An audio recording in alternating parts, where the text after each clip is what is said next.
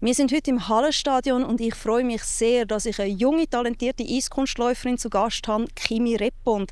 Sie ist mit ihren jungen 18 Jahren bereits 7-fache Schweizer Meisterin. Sie hat den 5. Platz an der WM gemacht 2024, den 3. Platz an der EM 2023 und ganz aktuell den 4. Platz an der EM. Herzlich willkommen, Kimi. Schön, bist du da. Danke vielmals. Ich habe es schon angesprochen, du bist wirklich vor ein paar Tagen erst von der EM zurückgekommen und du hast dort deine Bestleistung in der Kür gefahren. Wie hat sich das angefühlt? Im Kurzprogramm habe ich die Bestleistung gebracht. Genau. Also das war sehr speziell für mich, sehr tolles Gefühl auch, weil ich eine sehr schwierige Vorbereitung hatte an die Europameisterschaften. Ich war zuerst 2-3 Tage verletzt an der Hüfte, es war aber nichts Schlimmes, aber ich habe mich dazu entschieden, lieber kurze Pause zu machen. Und dann war es auch nach 2-3 Tagen wieder gut gewesen. Dann habe ich mich gefreut, wieder zurück aufs Eis zu gehen. Und dann am 2. Tag, als ich zurück war auf dem Eis, habe ich eine Lungenentzündung bekommen. Und dann nachher ist eigentlich eine Woche, 1,5 Training ausgefallen. Und dann nachher, als ich zurückgekommen bin, habe ich keine Programm laufen, weil es für das Herz sonst gefährlich war. Also habe ich halt zuerst auf meine Gesundheit geschaut. Und durch das war die Vorbereitung schwierig gewesen. Und es hat mich mega gefreut, dass ich im Kurzprogramm so super gelaufen bin und eine Medaille geholt habe.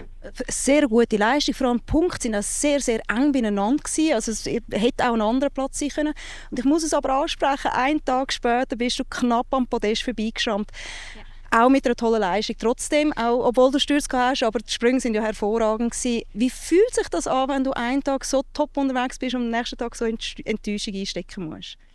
Im Kurzprogramm ist es im Training eigentlich auch immer gut gegangen. Das Kurzprogramm ist ja von der Zeit her auch kürzer und hat weniger Sprünge drin. Und durch das ist es konditionell halt auch einfacher gewesen. Und dann in der Kür beim zweiten Sprung, also beim ersten, wo ich umgekehrt bin, habe ich ehrlich gesagt keine Ahnung, was passiert ist. Der Absprung war nicht so gut, kann es geben. War ein blöder Fehler, den ich gemacht habe. Aber dann am Schluss des Programms ist es einfach klar wegen dem gewesen. Also ich hatte zu wenig Training, ich hatte immer noch sehr Mühe mit Schnaufen, meine Beine nicht mögen und gegen Schluss war es einfach immer schlechter gewesen. Und dann bin ich dann einmal umgekehrt. Und das hat mich natürlich schon traurig gemacht. Natürlich wäre ich gerne viel besser gewesen, weil ich weiss, dass ich viel besser kann sein. Und ich bin die ganze Saison so super gelaufen eigentlich. Also für mich persönlich bin ich sehr zufrieden mit all meinen Wettkämpfen.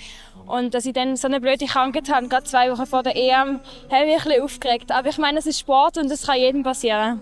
Das ist ja so. Ich möchte auch gerade über das sprechen. Es ist ein Hochpräzisionssport, den du da betreibst, der auch sehr viel mentale Stärke braucht. Das letzte Jahr, 2024, war, glaube ich, nicht so ein einfaches Jahr für dich gewesen, physisch als auch körperlich, also mental, Entschuldigung. Und vor allem, du hast auch Episoden mit deinen Schlittschuhen. Für jemanden, der sich jetzt nicht so auskennt im Eiskunstlauf, kannst du mir erzählen, was da genau passiert ist? Also 2024, die Saison bis jetzt ist eigentlich sehr gut gelaufen, aber es war mehr das Problem so im 2023, 2024.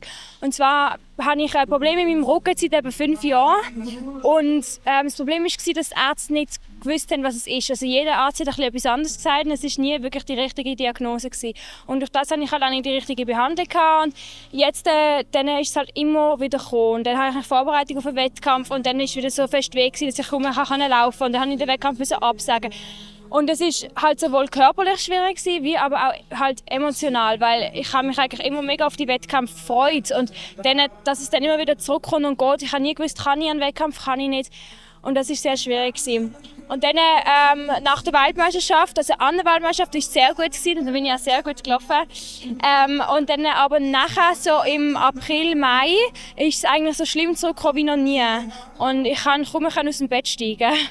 Und dann nachher habe ich gesagt, so, jetzt möchte ich wirklich herausfinden, was es ist. Und habe auch selber nochmal MRIs und so gemacht. Und dann habe ich die richtige Diagnose bekommen. Es ist ja nichts Schlimmes, aber man muss einfach wissen, was es ist. Und dann musste ich in der Off-Season fast 3 Monate pausieren. Und das hat sich aber wirklich gelohnt. Weil jetzt habe ich meine Übungen, die ich mache, meine Physiobetreuung. Und seit dem August oder Juli sogar habe ich gar keine Schmerzen mehr. Es war so am Anfang wirklich schwierig, weil die Sprünge nicht mehr da waren nach 3 Monaten. Aber jetzt habe ich wirklich die ganze Saison keine Verletzung gehabt und konnte es wirklich geniessen und eine super Saison bis jetzt gehabt. Und ich möchte aber trotzdem noch mal auf die Schuhe zurückkommen. Kannst du mir ganz das war auch noch. Was ist genau passiert und was bedeutet das dann für dich, wenn du dich nicht auf die Schuhe verlassen kannst?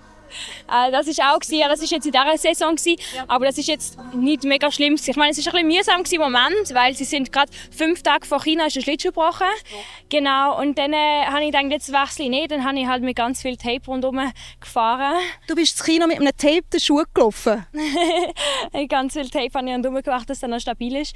Und dann nachher musste ich wechseln und dann habe ich nur knapp in die Vorbereitung für die Schweizer Meisterschaft und ehrlich gesagt, das Training ist nicht so gut gegangen, aber irgendwie im Wettkampf ist es dann gegangen. Wahrscheinlich von der vielen Vorbereitungen noch von China, weil es ist halt gerade 1,5 Wochen später war, bin ich wahrscheinlich noch in Form von dort. Und vielleicht auch, weil du einfach den Schalter sehr gut umschalten kannst. Das kannst du mittlerweile immer besser. Ich beobachte dich schon ein Moment. Es ist auch so, dass die Saison noch gar nicht vorbei ist. Die Weltmeisterschaften stehen noch an. Aber jetzt gerade sind wir hier im Hallenstadion an der Probe vom Art on Ice, wo morgen die Premiere sein wird. Wie ist das für dich, nicht gerade mitten in der Saison, aber doch noch während der Saison dann so eine Schau noch zu laufen?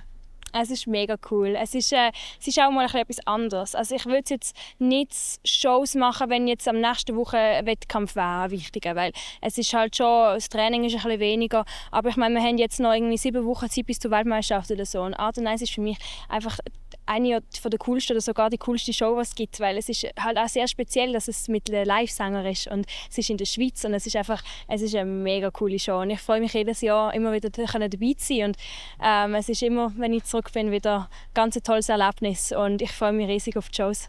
Fühlst du dich dann auf dem Eis anders, als wenn du einen Wettkampf laufst? Definitiv, ja. Wie? Also verschiedene Sachen, gewisse Sachen sind schwieriger, gewisse Sachen sind einfacher.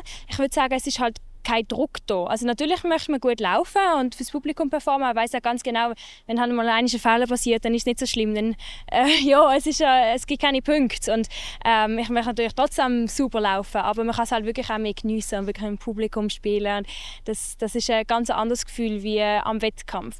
Wiederum ist es dann halt ein bisschen schwieriger, weil das Eis ist kleiner und es ist dunkel und man sieht nichts. Und das sind ein bisschen schwierig. Manchmal sind die Haare offen und dann letztes Jahr waren meine Haare konstant im Gesicht.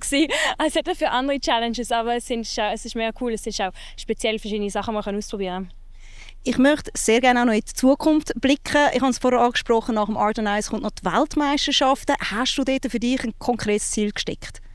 Ich möchte endlich meine 200 Punkte knacken. Ich bin das ganze Jahr immer sehr noch dran gewesen, aber es hat noch nicht ganz gelangt. Die Schweizer Meisterschaft war das nächste gewesen, mir glaube 2,5 Punkte oder so gefällt.